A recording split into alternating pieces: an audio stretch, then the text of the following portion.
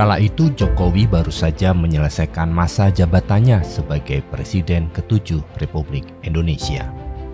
Banyak yang menyangka ia akan kembali ke Solo. Tenang, merawat cucu, menikmati pensiun.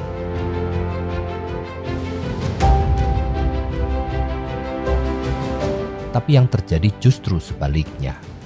Jokowi mulai keliling Nusa Tenggara Timur, Jawa Tengah, Sumatera, Kalimantan. Kunjungan demi kunjungan, rapat demi rapat. Pertanyaannya, untuk apa semuanya ini? Kali ini kita tidak akan menuduh, kita tidak akan membela, kita akan mencoba mengerti. Karena di balik setiap safari politik ada sesuatu yang patut kita pahami bersama sebagai warga negara yang cerdas.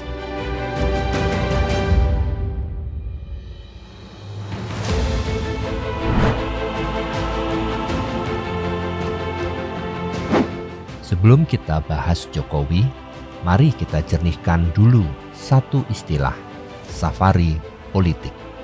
Apa sebenarnya ini? Secara harfiah, safari berarti perjalanan atau ekspedisi. Dalam konteks politik, safari politik adalah kunjungan seorang tokoh ke berbagai daerah. Bisa untuk mensosialisasi, silaturahmi, atau memperkuat jaringan pengaruh. Ini bukan hal baru. Soekarno melakukannya, Soeharto melakukannya, bahkan SBY melakukannya. Prabowo juga melakukannya. Yang membuat safari Jokowi menarik perhatian adalah waktunya dan intensitasnya. Baru setelah selesai menjabat, sudah keliling lagi. Biasanya mantan presiden memilih untuk redup sejenak, tapi Jokowi tidak.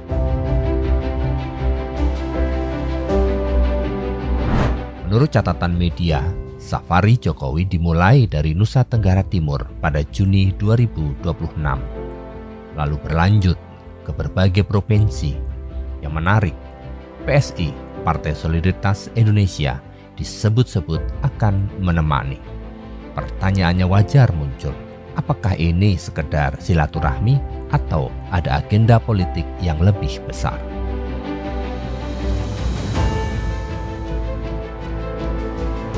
Mari kita buka 4 kemungkinan di balik safari ini. Kemungkinan pertama, membangun dinasti politik. Ini yang paling sering dibicarakan. Jokowi punya putra, Gibran Rakabuming Raka, yang kini menjabat wakil presiden. Ada kekhawatiran safari ini adalah persiapan jangka panjang untuk Gibran di Pilpres 2029. Ada kekhawatiran bahwa ini adalah upaya mempertahankan pengaruh politik untuk kepentingan keluarga. Tapi kita juga harus ingat, dalam demokrasi setiap warga negara punya hak berpolitik, termasuk keluarga presiden.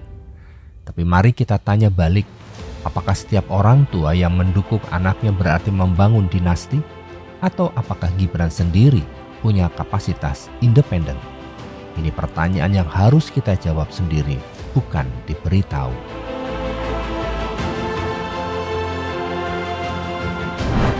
Kemungkinan kedua, menyelamatkan PSI. PSI adalah partai muda dengan basis pemilih anak muda yang urban.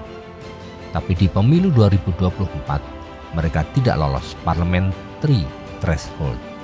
Mereka butuh figur elektoral. Jokowi dengan popularitasnya yang masih tinggi bisa jadi magnet. Tapi ada sisi lain. Jokowi juga butuh kendaraan politik. PDIP, partai lamanya, sudah tidak lagi menjadi rumahnya setelah perpecahan yang terjadi. PSI bisa jadi pilihan logis, bukan karena dinasti, tapi karena kebutuhan politik timbal balik. Kemungkinan ketiga, pengaruh pasca jabatan yang wajar. Sebagai mantan presiden, Jokowi punya pengalaman, jaringan, dan pengetahuan. Bukan hal aneh jika ia tetap aktif. Di Amerika, Barack Obama tetap berkampanye untuk kandidat Demokrat. Di Inggris, Tony Blair tetap berbicara soal politik global. Yang membedakan adalah konteks Indonesia. Di sini pengaruh mantan presiden bisa sangat besar, terlalu besar menurut sebagian orang. Ini bukan soal Jokowi saja, tapi soal sistem checks and balance kita yang masih berkembang.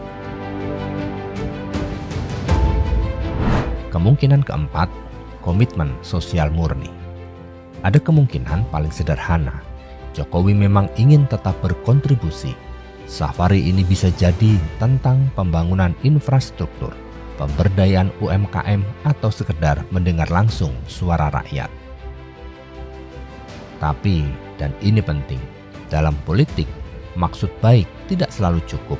Bahkan niat terbaik pun bisa dimanfaatkan oleh pihak lain atau bisa tersalah-artikan oleh publik.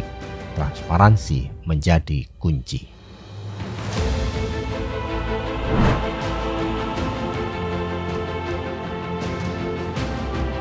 Perlu kita pahami adalah politik itu jarang hitam putih.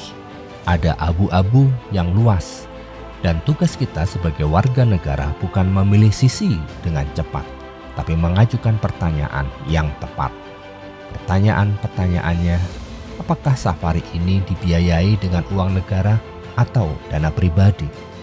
Apakah ada laporan transparan soal tujuan dan hasil setiap kunjungan? Apakah ini mengganggu kinerja pemerintahan saat ini? Apakah publik diberi kesempatan untuk mengkritik tanpa dituduh tidak berterima kasih? Pertanyaan-pertanyaan ini tidak anti Jokowi, ini pro demokrasi.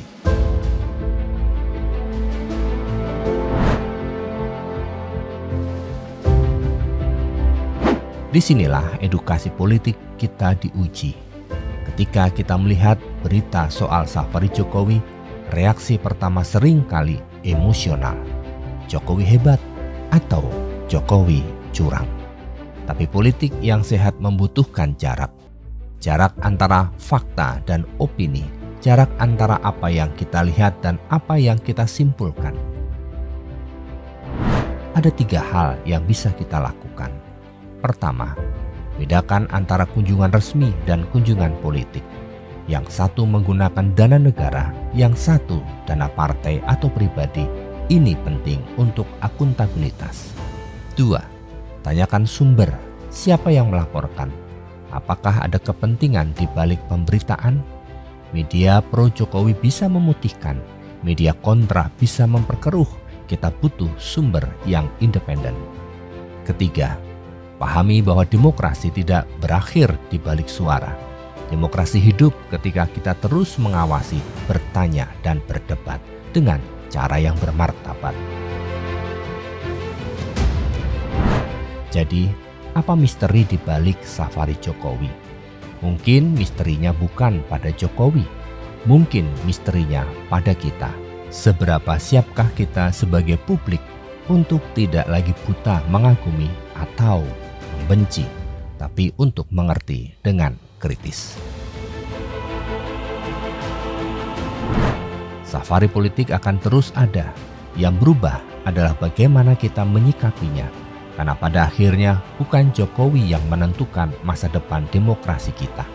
Kitalah yang menentukannya dengan setiap pertanyaan yang kita ajukan, dengan setiap informasi yang kita verifikasi, dengan setiap pilihan yang kita buat. Terima kasih sudah mendengarkan podcast Ikatan Kristen Nusantara, IKN. Dukung kami dengan like, share, dan subscribe. Sampai jumpa di episode berikutnya.